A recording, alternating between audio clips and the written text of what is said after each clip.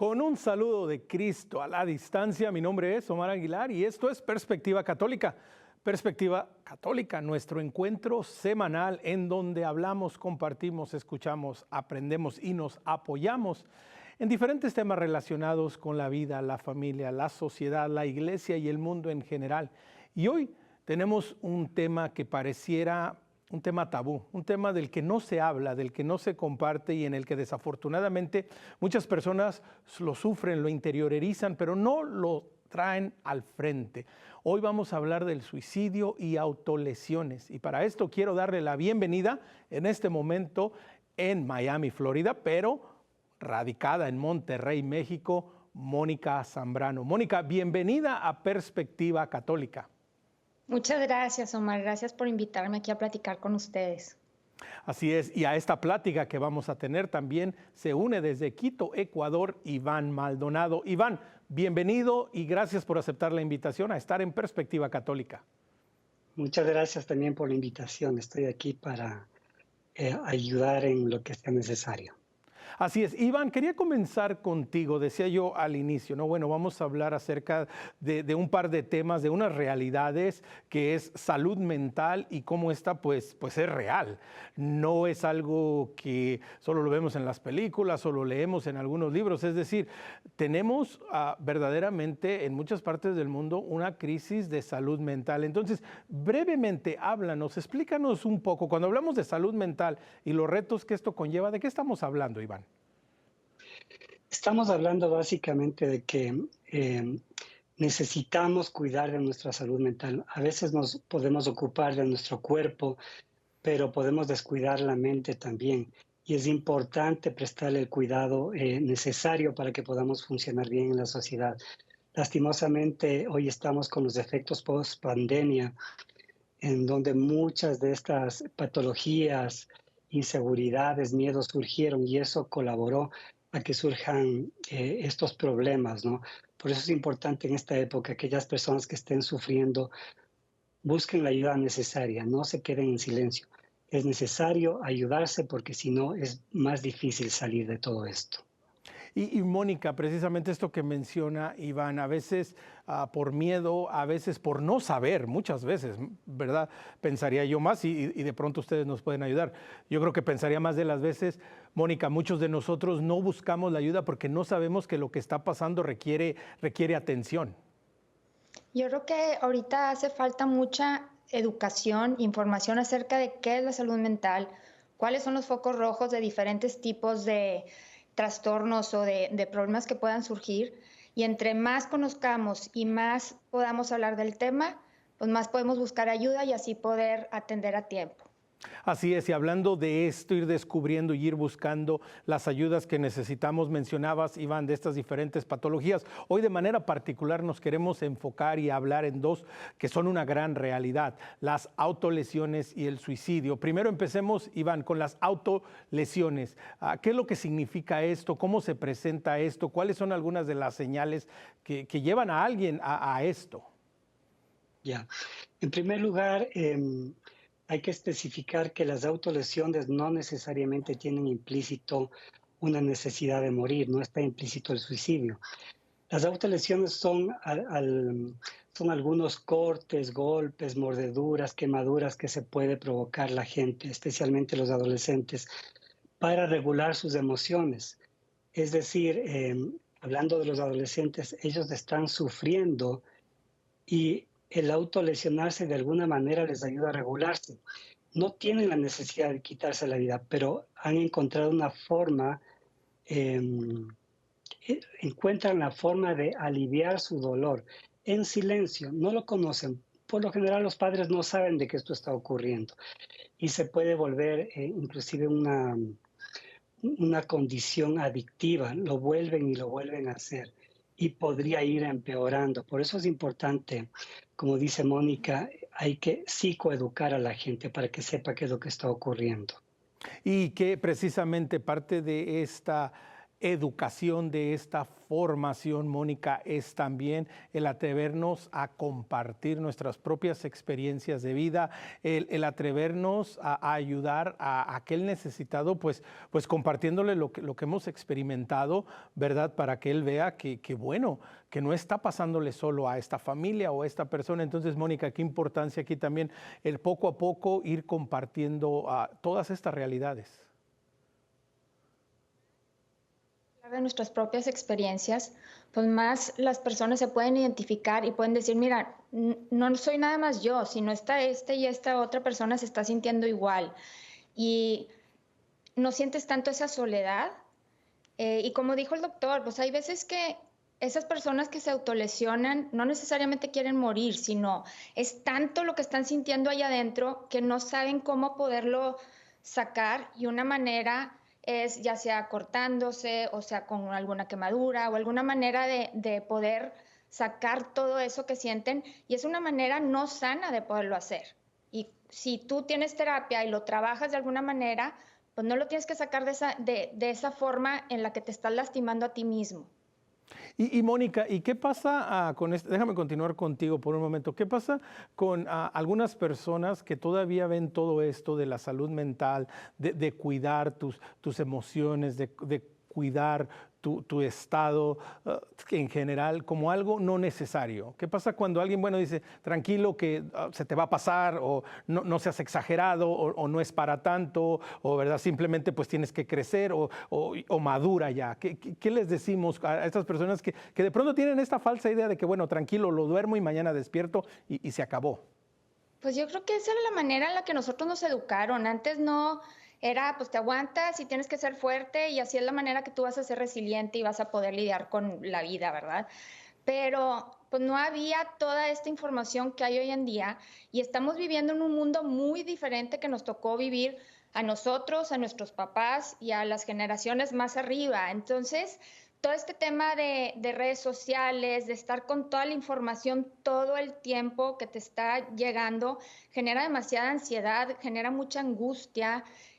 Antes te bulleaban en el colegio, y ahora te bullean en el colegio y en tu casa y a donde vayas, porque tienes este celular en el que constantemente te están bombardeando con información, con bullying, con comparaciones. Entonces tu vida la comparas con otras que no son reales, y nunca va a ser suficiente la tuya. Entonces lo que tenemos que entender nosotros adultos es que nuestros jóvenes están pasando por un mundo muy diferente, muy complejo y muy difícil de poder lidiar, y eso genera muchas emociones y hay que trabajarlas, y es algo que si no se trata puede tener consecuencias muy fuertes y muy grandes. Y que exactamente, si no nos atrevemos a hablarlo, a tratarlo, a presentarlo como lo que es, como puede ser un problema, una enfermedad, pues tiene consecuencias. Iván, mencionabas brevemente, ¿no?, la pandemia.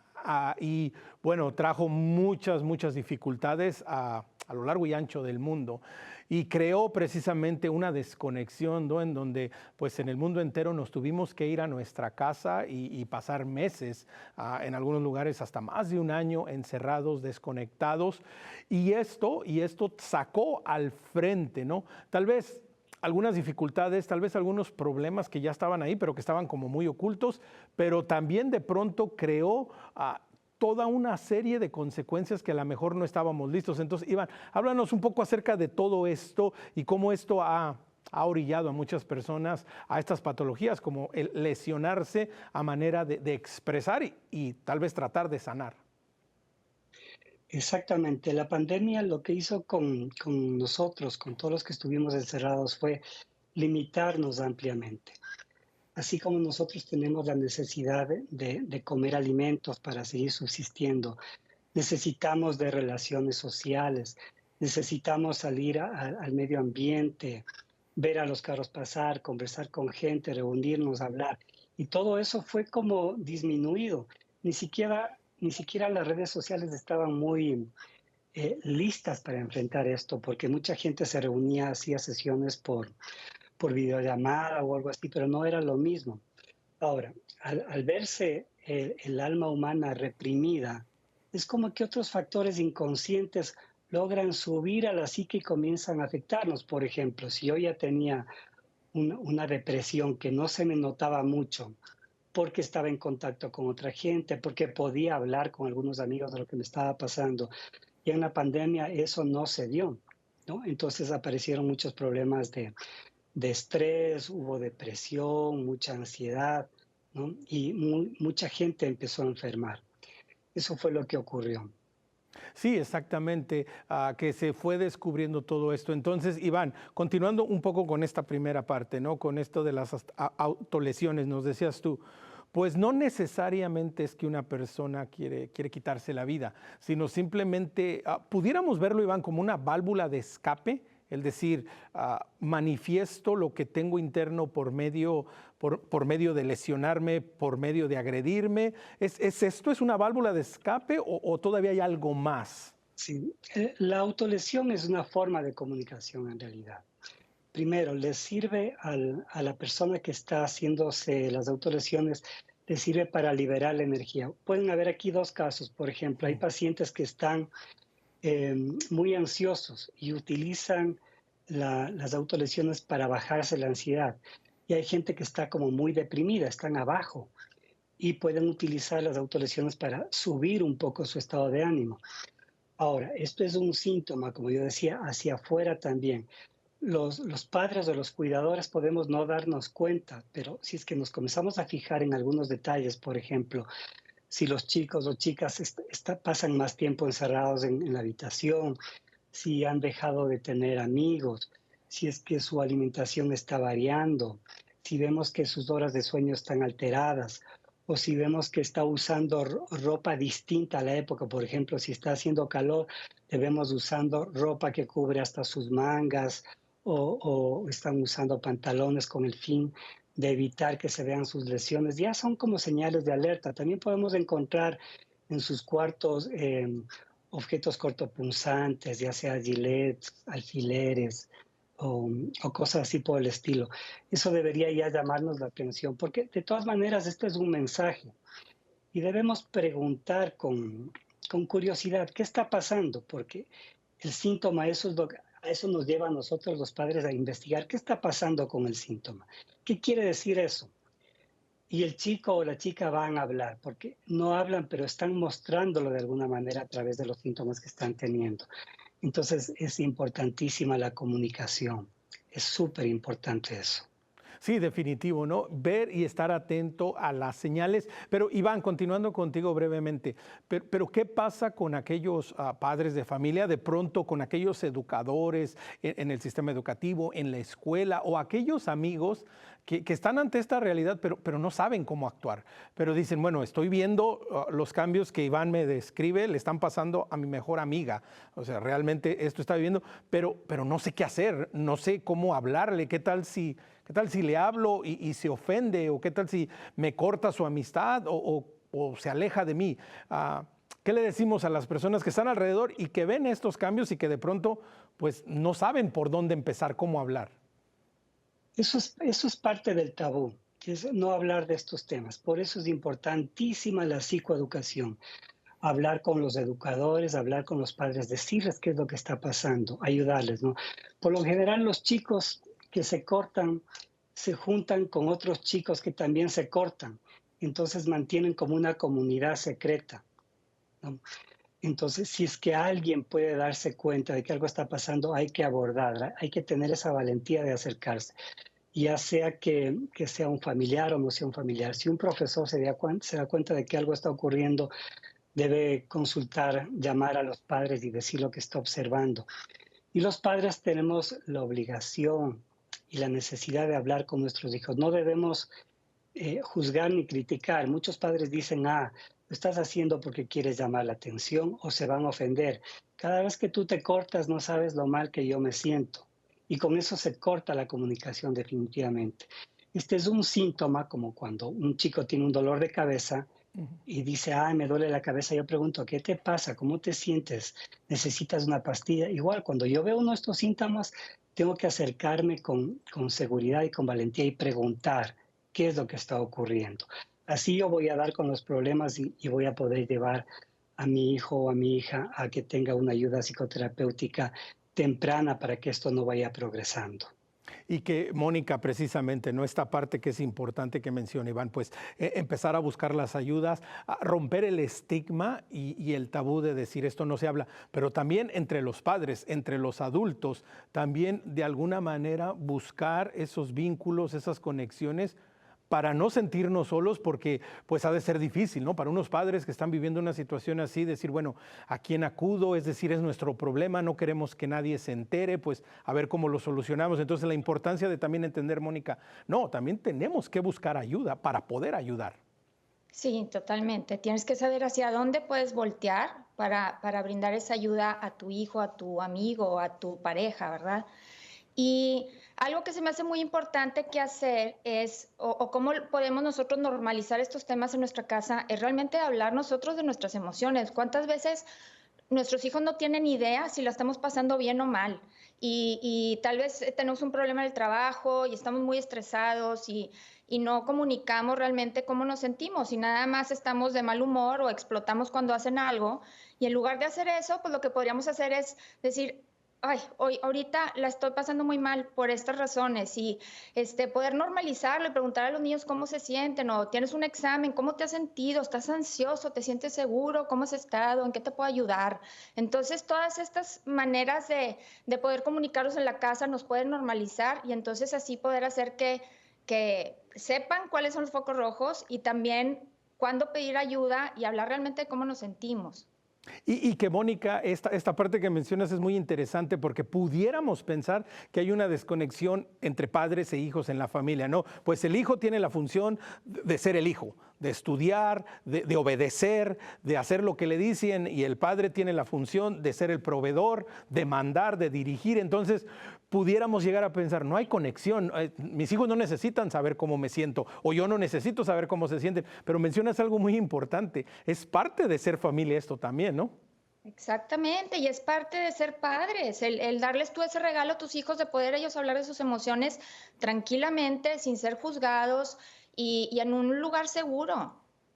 Sí, definitivo, que es sumamente importante saber que nuestro hogar, que nuestra familia es un lugar seguro. Iván, retomando este tema de las autolesiones, hemos enfocado en los jóvenes, lo hemos enfocado en esta etapa, pero ¿qué sucede cuando un adulto, una persona ya formada, tal vez un padre de familia, tal vez ya un profesionista, se encuentra ante situaciones que tal vez lo pueden orillar a esto? Es decir, ¿también se da en las personas adultas las autolesiones?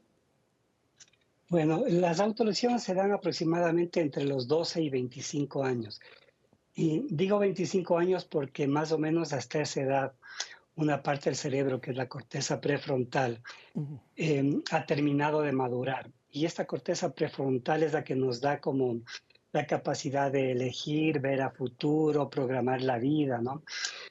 Pero es un decir, es posible que personas de más edad puedan también realizarse cortes, porque probablemente ya cargan con traumas en la vida. Hoy en día sabemos que los traumas o las afecciones que los chicos han recibido en la infancia van a influir más tarde en el futuro. Las experiencias adversas de la infancia se llama. Sabemos hoy en día que estas experiencias adversas de la infancia van a evolucionar con el tiempo y en algún momento van a terminar en patologías. Pueden ser adicciones, pueden ser autolesiones, puede ser suicidio, pueden aparecer problemas con el peso. Es decir, existen una serie de enfermedades que pueden surgir.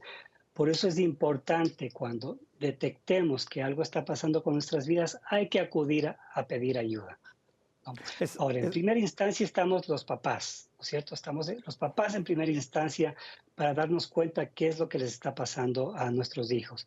Y cuando hemos detectado, tenemos que encaminar al profesional adecuado que va a ayudar a que se resuelvan estos problemas. Pero sí, los adultos también, en un momento crítico, ante un disparador estresante, pueden repetir, porque probablemente ya lo hicieron en su adolescencia, pueden repetir en la edad adulta. Hay que buscar ayuda. qué importante esto que mencionas, Iván, exactamente, porque se puede dar la situación que a lo mejor una persona ya adulta ahora pues presentó estas patologías y bueno, las dejó atrás, ¿no? Se puede decir, pero de pronto ante una adversidad, ante una crisis, ante una situación difícil, pues, ¿verdad? Recurre a aquello que en anterioridad le había ayudado, en anterioridad le había, de alguna manera, le había servido como el alivio, ¿verdad? Para esta dificultad. Pero bueno, esto es una parte de esta realidad, de esta crisis de salud mental que estamos viviendo a nivel global.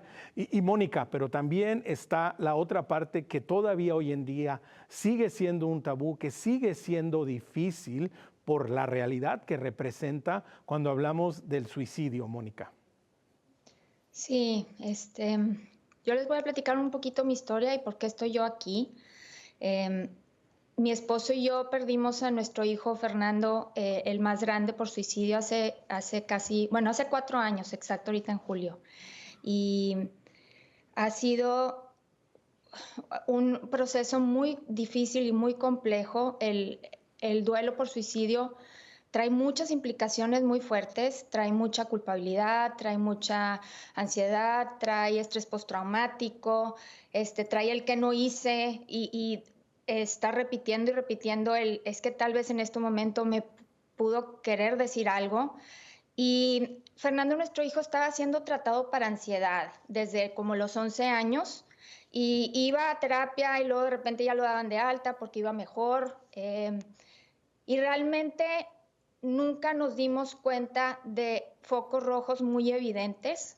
Ahora que tengo mucho más información, si pienso, tal vez aquí, tal vez le debí de haber preguntado más si tenía alguna idea de no querer vivir. Da mucho miedo y sigue viendo mucho como este mito de que si yo pregunto, has tenido ideas de no querer vivir, le vas a sembrar la idea, y la verdad es que es todo lo contrario, y eso es algo que tenemos que aprender cuando vemos a alguien que la está pasando muy mal o que tiene una depresión muy grande, el poder preguntar directo, porque es una manera de darles la oportunidad de poderlo decir. Fernando, mi hijo, la verdad es que no nos dijo a nosotros, no nos dijo a su terapeuta, a su psiquiatra, y eso es algo que puede salvar una vida. Si tú dices que sientes tan mal, hay muchas cosas que se pueden hacer. Hay muchas terapias, hay muchos medicamentos, hay N mil cosas que se pueden hacer y no tienes que llegar a ese punto. Entonces, por eso estoy aquí yo, para poder hacer conciencia, para platicarles que Fernando no era una persona, que tenemos esta creencia de que las personas que cometen un suicidio es una persona que está sola, que no tiene amigos, que está en drogas, que tiene unos problemas tremendos en su casa, y la verdad es que no es así. Fer tenía muchos amigos, Fernando no estaba en drogas, Fernando está en una casa con mucho amor y mucho cariño, y pues es una enfermedad y no nos dimos cuenta. Entonces, pues bueno. Pues antes que nada, gracias de verdad, Mónica, de todo corazón por la valentía y por el valor de ahora ser la voz para aquellos padres, para aquellas familias que han vivido esta misma situación y que en primer lugar no se sientan solos. No se sientan solos, sepan que estamos juntos, que oramos juntos, que caminamos juntos y que estas realidades que vivimos pues tienen que ser compartidas. Mónica, a ustedes como familia, obviamente después de esta realidad que les toca vivir, ¿qué es lo que te hace, qué es lo que te anima a decir, bueno, pues tengo que compartirlo, tengo que exteriorizarlo, tengo que avisar? Este es un mensaje que no solo es para mí, que es para compartirlo. Pues es un duelo tan duro y tan profundo, y pues el por qué nunca lo voy a saber. Lo traté mucho tiempo de tratar de encontrar la respuesta, y la verdad es que pues no, nunca voy a tener el por qué, pero algo que sí puedo tener es para qué. Entonces, tratar de encontrarle un sentido a esto tan duro que nos tocó vivir y la muerte de Fernando. Y la manera que se nos ocurrió a mi esposo y a mis hijos y a mí es hacer una fundación sin fines de lucro que promueve la salud mental y la prevención de suicidio, especialmente en niños y adolescentes en México, y esta asociación se llama HuMind. Y es una manera de poder nosotros sanar cada vez que ayudas a alguien, cada vez que das esta información y alguien te dice gracias, no me he dado cuenta. eso le da un poco de sentido a la vida de Fernando y a la muerte de Fernando. Qué importante esto que mencionas, que le da un poco de sentido y que sobre todo, ¿no?, que nos permite la sanación por medio del servicio de amor al prójimo. Iván, una gran realidad cuando hablamos del suicidio. Me ha tocado verlo de cerca en la escuela de uno de mis hijos, solo hace un par de años, un niño de 13 años se quitó la vida. Es decir, Iván, cuando hablamos del suicidio parece ser algo lejano, algo ajeno, algo que sucede en otras latitudes, pero que muchas veces es una realidad que está a nuestro alrededor. Así es que bueno, continuamos contigo. Sí, adelante, Iván.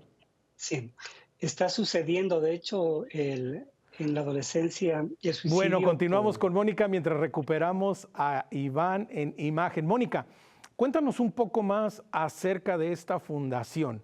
Cuéntanos, nos decías, ¿no? Bueno, pues en el sufrimiento, en el dolor, en el muchas veces no entender el por qué, pues ustedes como familia deciden, bueno, pues vamos a hacer algo. Háblanos un poquito más acerca de esta fundación y cómo ha sido el ir dando, el ir caminando, el ir desarrollando todo este proyecto de amor por Fernando y por la comunidad. Pues toda esta idea surgió porque después de la muerte de Fernando, lo que era el problema de salud mental de Fer, pues se transfirió a toda la familia. Tenemos otros 4 hijos. Entonces, tratando de buscar ayuda en Monterrey, en México no la conseguimos y tuvimos la súper gran oportunidad de venirnos a Estados Unidos a tratarnos todos y vimos la gran diferencia que hay en sistemas de salud mental aquí en Estados Unidos que en México. Entonces, regresamos después de un mes de estarnos tratando todos y dijimos, pues algo tenemos que hacer, no puede ser que aquí no exista esto. ¿Y qué hace la gente cuando realmente pues tu hijo te dice, es que tengo ganas de morir, ya? Entonces, ¿a dónde puedes acudir? Y por eso surge HuMind y tiene 3 iniciativas. La primera es concientización y lo hacemos por medio de programas a colegios y escuelas. La segunda es becamos a psiquiatras para que hagan su especialización en niños y adolescentes. Y luego la tercera es hicimos una clínica de salud mental en Monterrey en donde tienen todo un equipo de diferentes psiquiatras y diferentes psicólogas con diferentes especialidades para que en un solo lugar se pueda atender esa persona y todos sus familiares. Y pues ha sido un proceso largo y difícil, que empezar desde cero pues ha sido romper muchas paredes y ha sido tocar muchas puertas, pero yo creo que una gran mayoría de las personas tienen a alguien muy cercano con algún problema de salud mental y la gente ha sido muy generosa con nosotros para podernos ayudar a hacer esto realidad. Qué importante hacer realidad y transformar aquellas situaciones, aquellas circunstancias, pues que son difíciles de afrontar, transformarlas en un bien mayor, ¿verdad?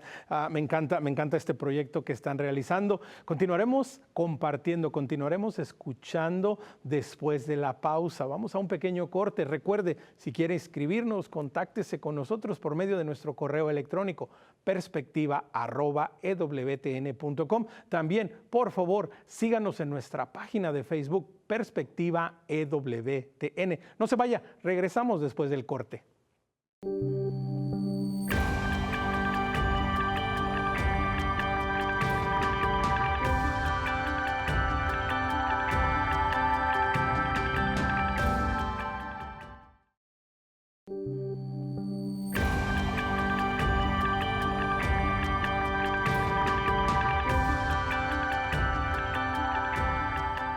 Continuamos en Perspectiva Católica. Hoy estamos charlando, estamos escuchando, estamos aprendiendo acerca del suicidio y las autolesiones.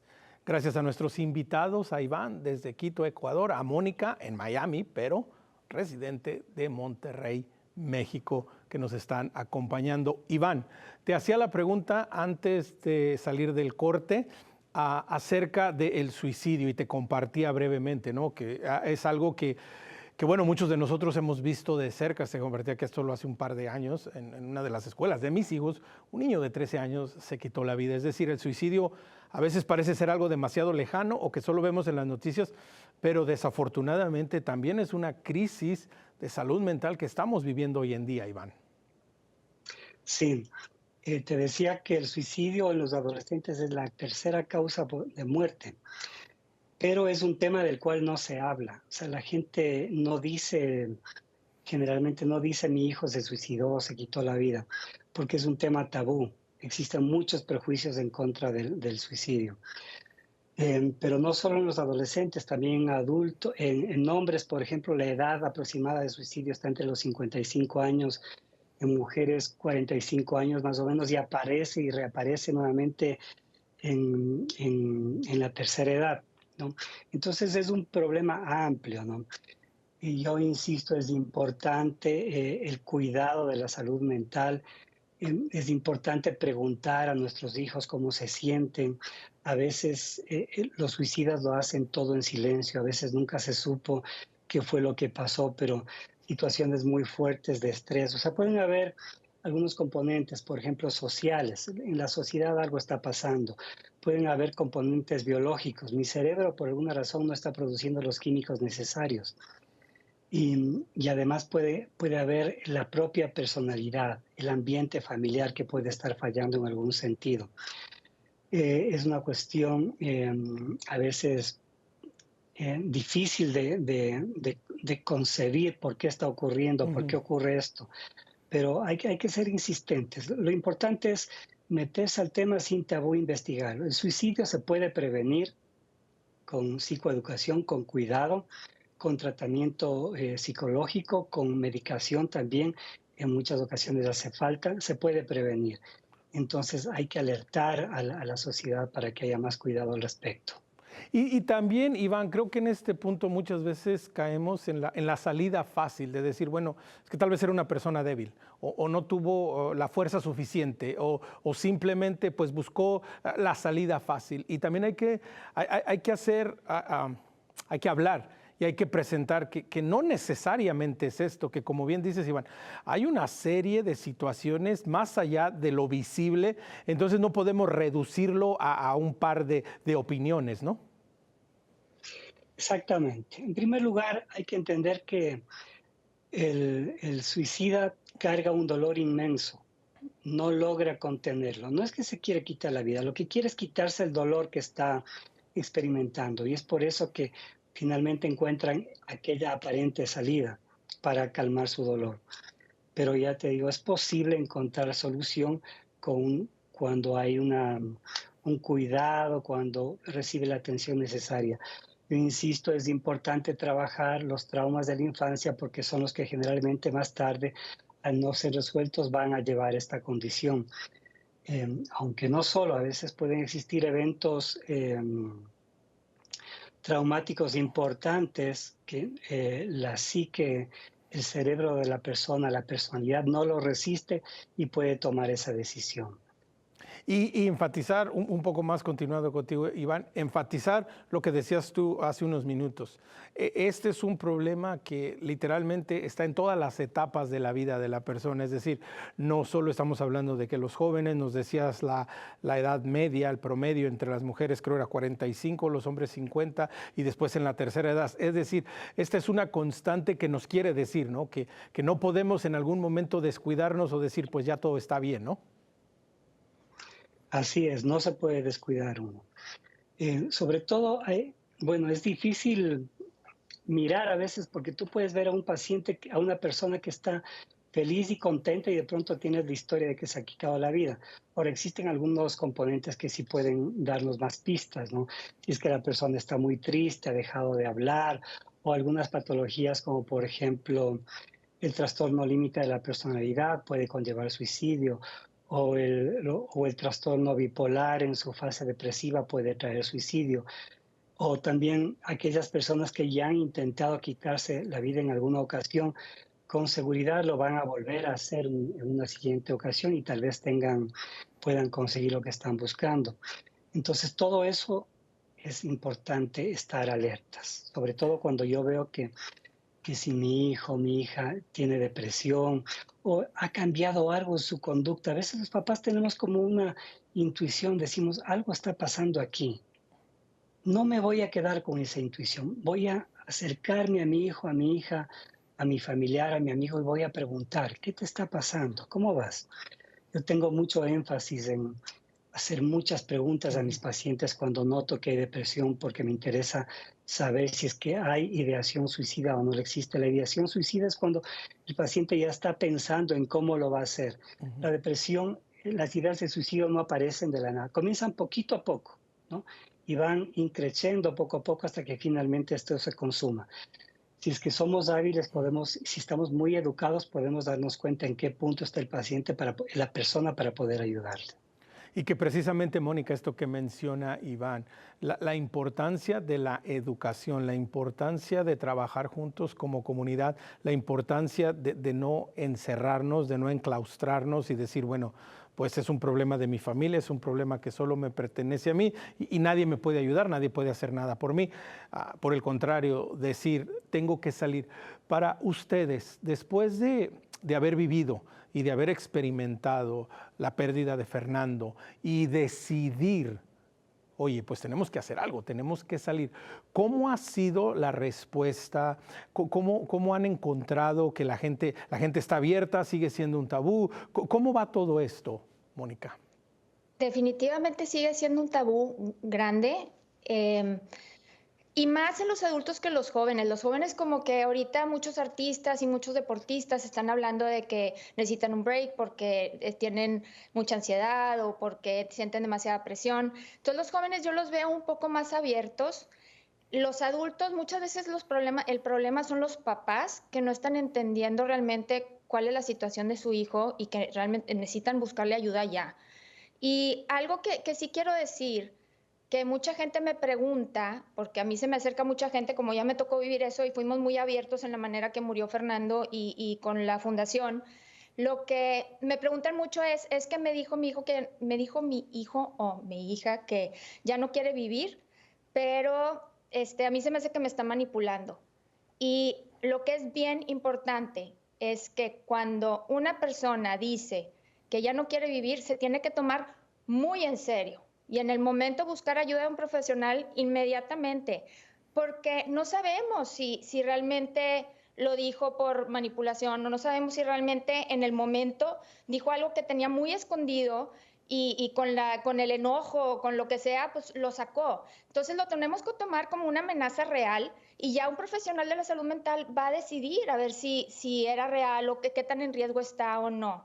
Entonces, eso es algo bien importante que tenemos que aprender como papás, de decir, en algún momento que alguien te dice que ya no quiere vivir, tómalo en serio y hazle caso y busca ayuda profesional de inmediato. No andes tú alucinando con que me está manipulando porque quiere salir en la noche.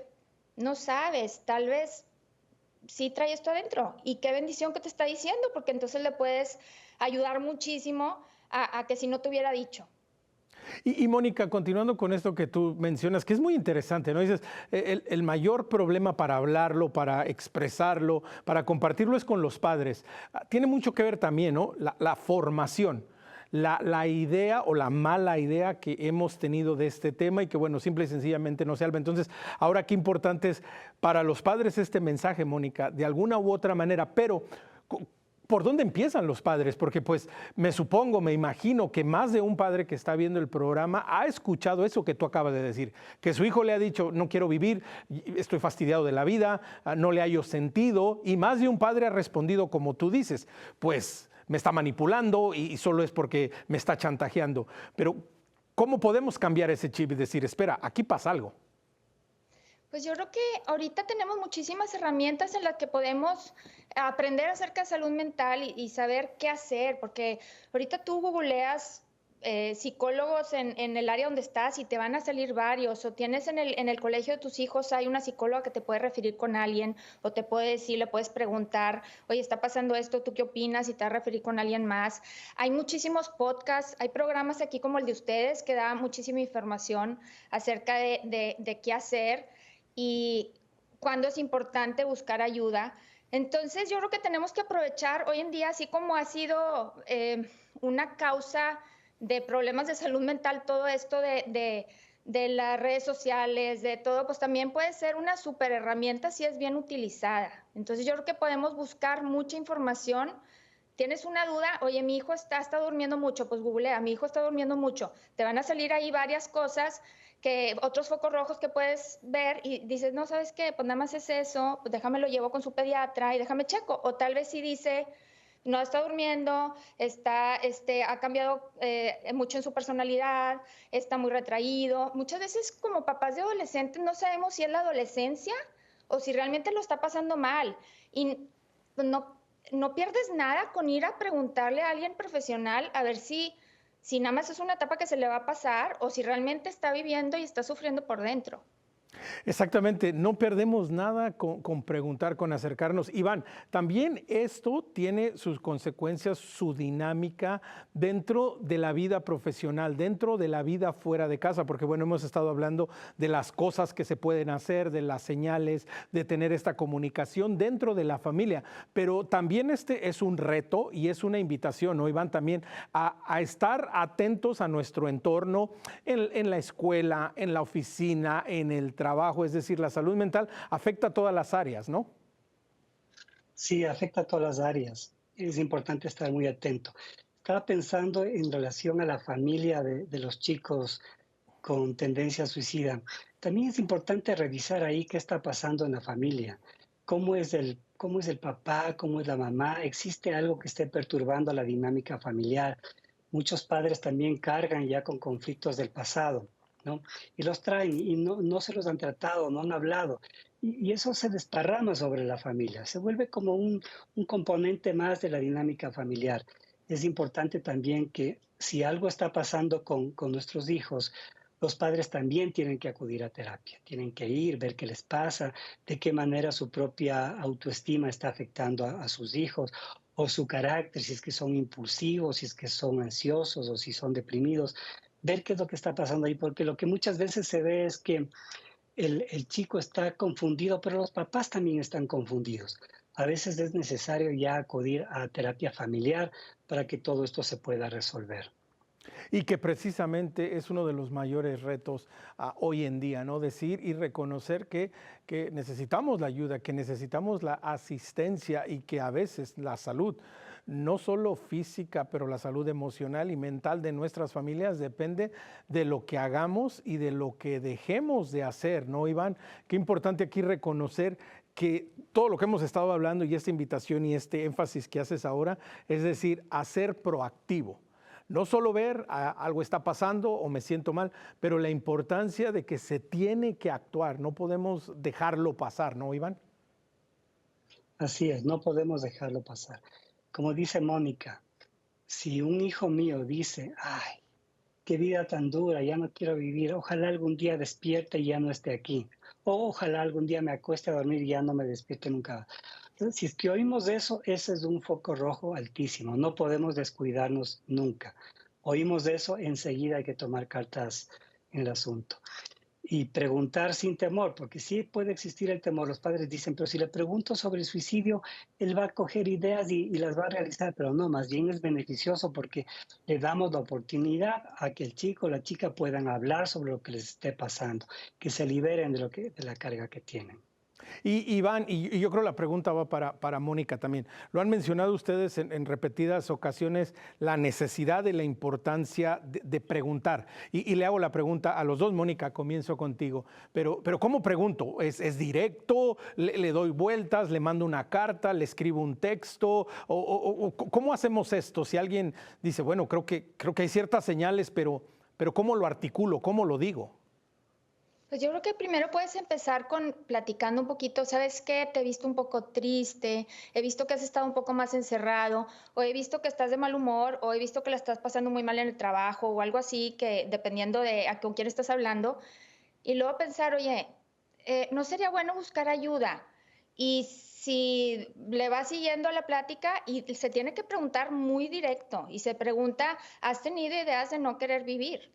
Y si te dice que sí, pues entonces también se debe de preguntar, ¿y has pensado cómo? Y da mucho miedo preguntar porque no quieres oír la respuesta, pero hay veces que, pues así tiene que ser. Y luego preguntar, ¿has pensado cuándo? Porque eso determina mucho el riesgo en el que está, porque puede nada más pensar o sea, tener una ideación suicida medio pasiva, que es así más, pues no me importaría si no me despierto, estoy pensando que lo quiero hacer mañana y lo haría de tal manera, entonces ahí ya es, pero de inmediato y ir con un profesional de salud mental ahí y no dejarlo de tu vista 24/7. Entonces, yo sí creo que se tiene que preguntar muy directo y buscar ayuda inmediato si se dice que sí. Iván, misma pregunta. ¿Cómo afrontamos, cómo nos presentamos, cómo lo hablamos? Sí, la pregunta es directa, es tomar el toro por los cuernos. Eso nos va a permitir saber en qué estado está el chico o la chica. Si está en las etapas iniciales, cuando recién comienza a crearse la imagen del suicidio, o está ya en una etapa muy cercana a tomar acción. Entonces es importante preguntar directamente, como nos dice Mónica. Y, ¿Qué ideas tienes sobre la muerte? ¿Qué pensaría? ¿Has pensado en cómo lo harías? ¿Lo has intentado alguna vez? Porque a veces nos enteramos que ya lo intentaron alguna vez. A veces ya tomaron pastillas, pero no les hizo efecto, ¿no? No les resultó. Pero como van aprendiendo, ya van a saber cómo hacerlo la siguiente vez. Eh, las mujeres suelen tener más intentos de suicidio, pero lo logran menos. Los hombres tienen menos intentos de suicidio, pero lo consiguen más porque sus intentos de suicidio pueden ser como más violentos, ¿no? Entonces, preguntar sin miedo, porque la forma en la cual uno entra a este problema es preguntando. Y los chicos, las chicas quieren hablar del tema. No pueden estar encerrados, pero quieren hablar del tema, porque no encuentran salidas. Una persona que se suicida no está libre totalmente, no tiene toda su conciencia completa, no se da cuenta mucho de lo que está pasando. Cuando habla con un externo, como un papá, una mamá o un cuidador, el cuidador sí tiene todo activo, se puede dar cuenta de qué es lo que está pasando y puede ujú. darle más luces al adolescente de lo que está ocurriendo. Pero el adolescente, yo digo, se quita la vida sin la libertad total, no es muy consciente de lo que está ocurriendo. Se ha encerrado en un problema, en una tristeza, en un recuerdo, y no puede salir de él. Qué importante estas palabras que mencionan y que nos están ayudando, ¿no?, a ir entendiendo que todos de una u otra manera tenemos una responsabilidad. Y bueno, también quería verlo desde la otra óptica y desde el otro lado de la moneda. También que hay esperanza, Mónica, que es algo que se puede trabajar. Hemos planteado, ¿no? Bueno, ante estas realidades tenemos que ser directos, ¿verdad? Tenemos que atrevernos a preguntar, romper esa falsa idea de decir, si le pregunto, pues es como si lo estoy motivando. Por el contrario, si le pregunto es porque me importa. Entonces, ahora vemos lo de la otra manera. ¿Qué pasa cuando, bueno, el hijo, el joven te dice, bueno, pues ¿sabes qué? Sí estoy pensando. Ahora el trabajo de la familia, el trabajo de los padres de empezar a ver cómo ayudar, ¿no, Mónica? Sí, y es difícil porque cuando te contestan eso, pues uno entra en pánico, ¿verdad? Y lo que tiene que hacer uno es mantener la calma y decir, me puedo imaginar que la estás pasando muy mal, sin juzgar, sin decir, pero ¿cómo? Si tienes todo y nosotros te queremos mucho. O sea, realmente escucharlo porque ante esa persona sí la están pasando muy mal y sí su vida no tiene sentido. Entonces, se les tiene que decir como escucharlos y entonces poderlos también dar un poco de esperanza. Sabes que hay muchas cosas que se pueden hacer para que tú te sientas mejor. Entonces vamos a buscar un profesional para que pueda ayudarte con terapia o con un medicamento, con lo que sea, para poder salir de esto, porque tú no te tienes que sentir así. Porque realmente el suicidio es una de las muertes más prevenibles, porque es algo que se puede tratar si se atiende a tiempo. Entonces, por eso es mucho mi énfasis de hay que hablarlo, hay que Ujú. platicarlo, porque entre más pronto se atienda, pues más fácil es salir de ese hoyo en el que están. Y escuchando a Mónica Iván que dice, bueno, es prevenible y es cuestión de buscar la ayuda. Pero bueno, de entrada, Iván, si estamos en esta situación de nuevo, en donde una familia está lidiando con potencialmente que suceda algo de esto, ¿cuáles son aquellos, si puede ser uno o dos, consejos prácticos de entrada? Porque bueno, entre que me entero y luego busco la ayuda, pues puede haber un tiempo que es aquello que la familia como tal puede decir, bueno, de entrada podemos hacer esto. A ver, en primer lugar es la escucha. Si es que yo ya tengo la información de que mi hijo, mi hija lo están intentando, lo están pensando, tiene que ser una escucha afectiva, llena de cariño, no crítica. No le puedo decir, no, no lo debes hacer, eso está mal, mira, la vida es bonita, porque los chicos no lo pueden ver, por eso están deprimidos. Entonces es una escucha muy compasiva, ¿no? Yo me pongo en los zapatos de mi hijo, de mi hija, y siento lo que ella está sintiendo.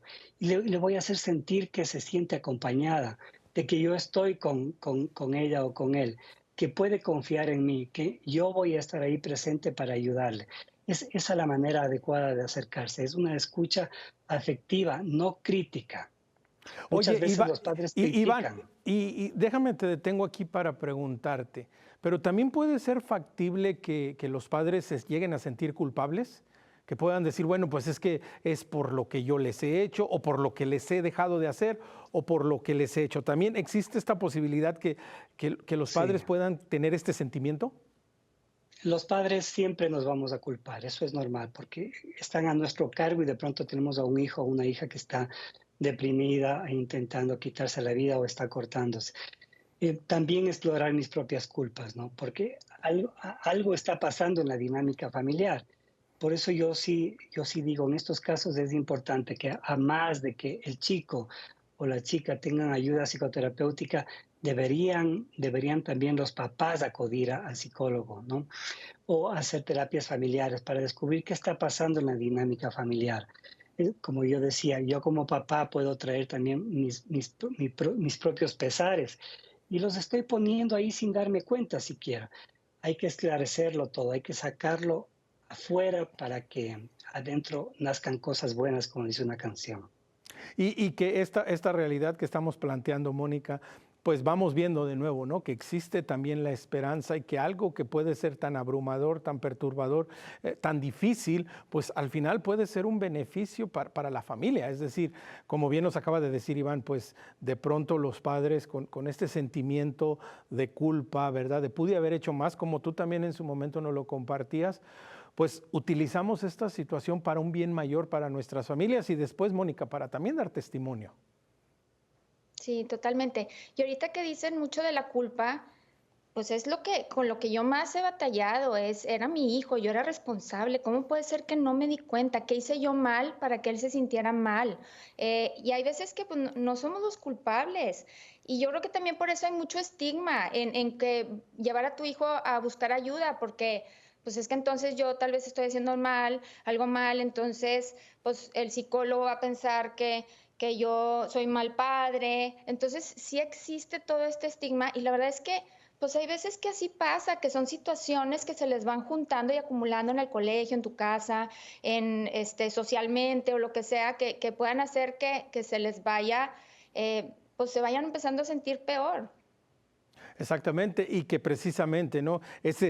Se vayan sintiendo y vayan encaminando hacia un lado, pues hay que transformarlo y hay que verlo desde la otra manera. Pero también, Iván, estamos a un par de minutos de terminar, pero quería también invitarte, ¿no? Y también a Mónica en un momento, pues aprovechar y hablar directamente con las familias, con aquellas personas que están viviendo esas experiencias y que por algún momento se han sentido que están solos, pero ahora ya saben que no están solos porque estamos aquí con ellos. Sí, estaba pensando en lo importante que es también atender mucho a los padres de los chicos suicidas, porque el trauma por suicidio es muy fuerte, pero es posible. También la psicoterapia ayuda a solventar eso. Yo sé que es difícil, pero se puede trabajar y las personas pueden finalmente llegar a un estado de equilibrio frente a lo que pasó. Yo sé que la presencia de alguien que se fue siempre va a estar ahí, siempre puede causar dolor, pero sí es posible trabajar allí también para que el dolor se vaya y haya más comprensión.